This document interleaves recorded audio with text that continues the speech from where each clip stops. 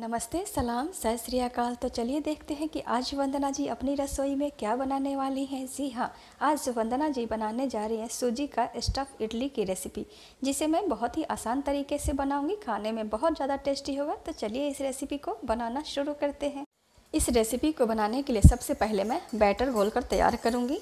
Batter घोलकर तैयार करने के लिए मैंने लिया है हाफ़ कप दही, जिसको मैंने अच्छी तरीके से फेंट कर रेडी कर लिया हुआ है। इसके अंदर मैं डालूँगी 1 कप सूजी। कोई भी सूजी, मोटा पतला कोई सा भी सूजी ले सकते हैं। सूजी डालने के बाद मैं सूजी को बिल्कुल अच्छी तरीके से फेंट कर तैयार कर लूँगी। मैंने बैटर को अच्छी तरीके से फेंट कर रेडी कर लिया हुआ है। तो चलिए अब मैं इसे ढक देती हूँ। ढक कर इसे 5 मिनट के लिए रेस्ट करने देती हूँ। ये जब तक रेस्ट कर रहा है तब तक मैं स्टफिंग बनाकर तैयार कर लेती हूँ। स्टफिंग बनाने के लिए मैंने गैस को ऑन कर दिया हुआ है। इसके ऊपर मैंने चढ़ा दिया है कढ़ाई। कढ़ाई में मैंने ऑलरेडी 1 टेबल स्पून ऑयल डाल दिया हुआ है। आप कोई भी कुकिंग ऑयल डाल सकते हैं। मैंने कोकोनट ऑयल लिया हुआ है।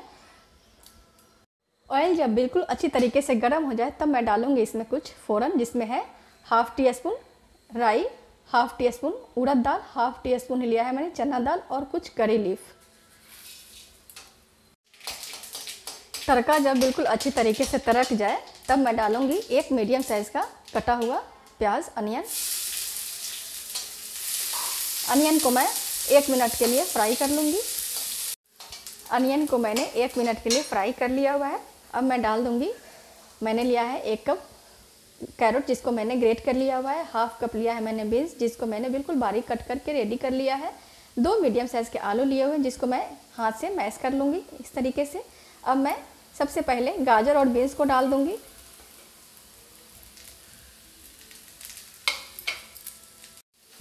गाजर बीन्स को मैं 1 मिनट के लिए फ्राई कर लूँगी। गाजर बीन्स को 1 मिनट फ्राई करने के बाद मैं इसमें डाल दूँगी एक बड़ी साइज़ का टमाटर, जिसको मैंने बारीक कट करके रख लिया है।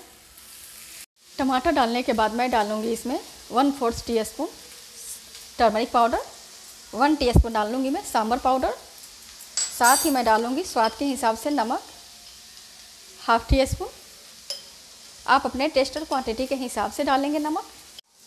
मैंने टमाटर और इन सभी चीज़ों को 1 मिनट के लिए फ्राई कर लिया हुआ है। अब मैं डालूँगी मैश किया हुआ पोटैटो, और इसे भी मैं आधे से 1 मिनट के लिए फ्राई कर लेती हूँ।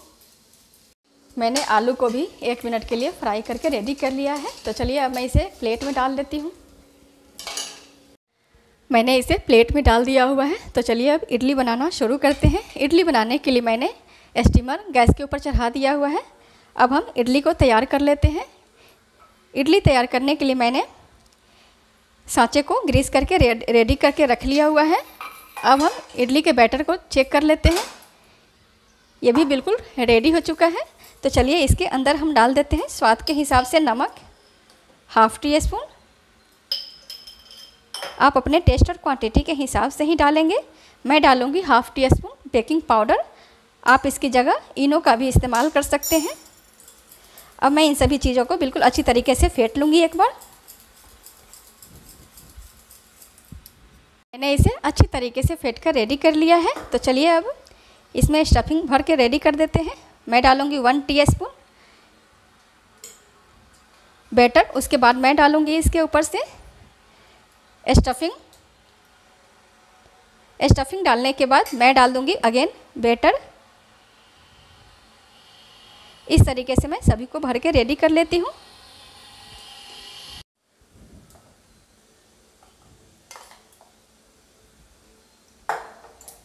इस तरह मैंने सभी इडली मेकर को तैयार कर लिया हुआ है। चलिए अब मैं इस इडली स्टीमर के अंदर इसे डाल देती हूँ। डालने के बाद मैं इसे 8 से 10 मिनट के लिए फुल फ्लेम पे पकने दूँगी। इडली को स्टीम होते हुए लगभग 10 मिनट हो चुका है। तो चलिए चेक कर लेते हैं।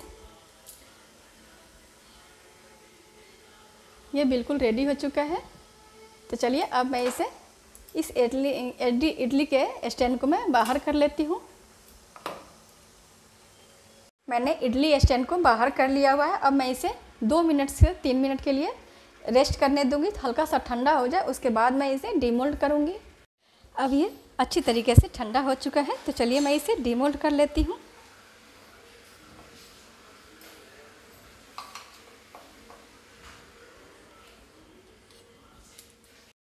इस तरह मैंने सभी इडली को डीमोल्ड करने के बाद इसे प्लेन कोकोनट की चटनी के साथ में सर्व किया है। आप देख सकते हैं ये इडली कितनी सॉफ्ट और स्पॉन्जी बनी हुई है।